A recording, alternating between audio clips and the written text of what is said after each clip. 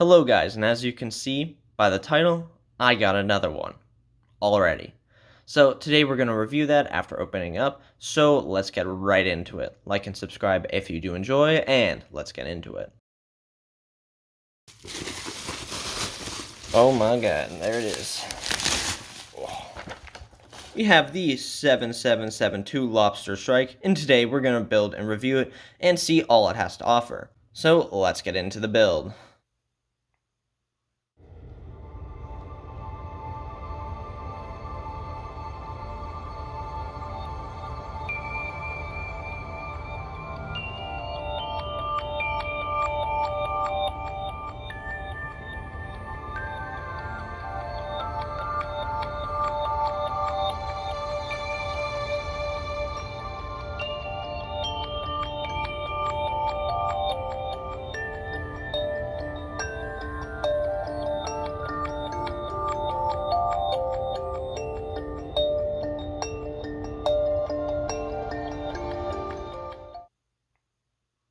With the set finally built, it includes the lobster itself, 2 diver minifigures, and a ground underwater vehicle for the divers to use against the lobster.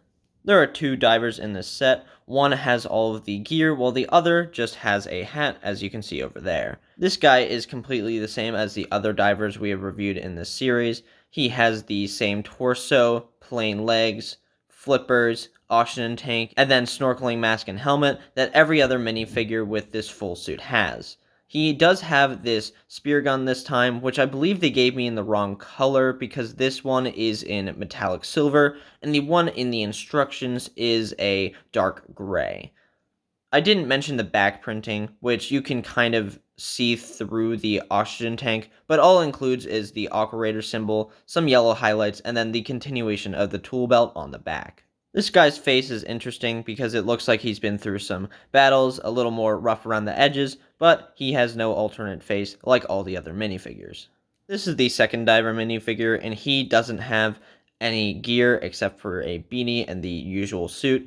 You can see the back printing better here, which is what I just explained earlier. He has nothing else in particular special about him except for his face, which has a bit of stubble and then a grin. Like all good LEGO series, this one has crystals that are being fought over by the 2 factions, and they come in translucent dark blue. This is the treaded vehicle, which has 2 giant arms. On one side, it has a saw, which can be spun, and on the other side, it has a hand, which can move at the wrist, and the actual fingers themselves. This is used in the instructions to hold a crystal, but you can also have it fending off the lobster as it attacks. The arms are pretty simple. For most of the studs on it are exposed except for these 2 great pieces, but it also has this Technic piece which makes it look really nice. I wish they were on both sides because it would have a nice shape, growing slightly larger as it gets closer to the body. The arms are on ratcheted joints, which gives them a nice posability, but also some strength in using friction so they don't move around too much while you're playing with it.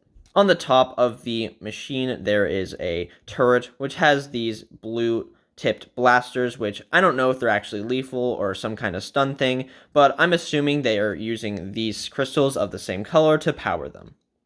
The cockpit can of course be opened up. It has 2 controls inside, but is otherwise simple. You can also see some lights in the back, which are also at this side and all the way in the back of the vehicle. One side as green and one side as red, which I have seen in other sets of the series, which I haven't reviewed yet. You can, of course, fit one character inside. This guy should be dead, though, because when the cockpit closes, there is still a giant gap on either side, and he is not wearing the proper gear. On the front, there is this large light to have the divers be able to see while they're traversing through the ocean, and of course you can have the treads roll, and it works on basically every surface. I really love these pieces and wish LEGO would use them more, but this is an older piece which I haven't seen for some time.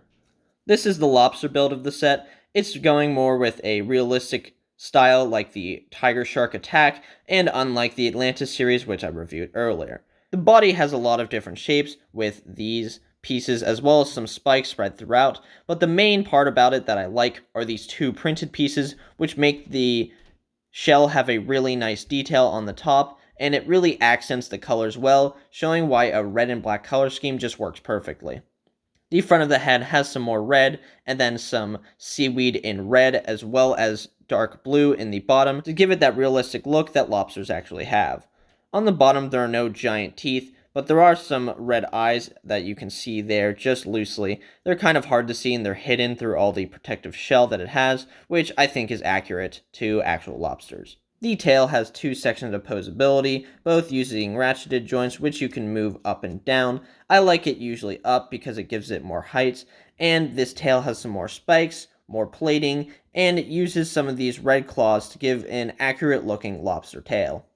Now, some of my pieces are old, so as you've noticed, this is gone. This fell off when I was reviewing it, and it's not really a problem with the set itself, it's just a problem with age.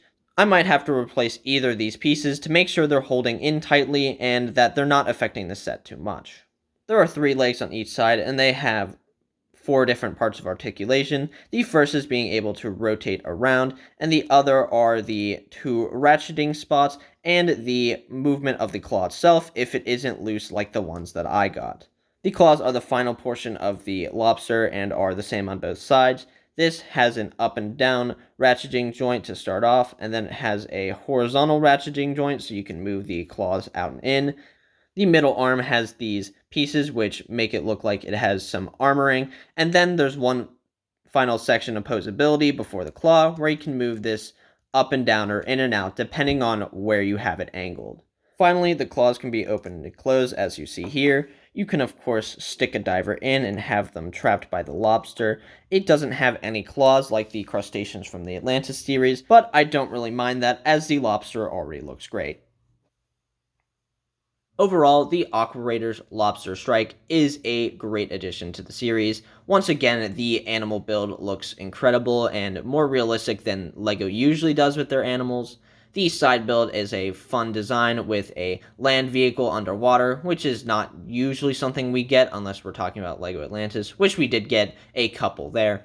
The minifigures have a nice selection with 2 once again in a set like this, and then we get some Power Miners crystals, which I'll always enjoy. With that being said, those are all my thoughts on the set. If you did enjoy the video, like and subscribe, leave your comments down below, and with that being said, see you guys next time.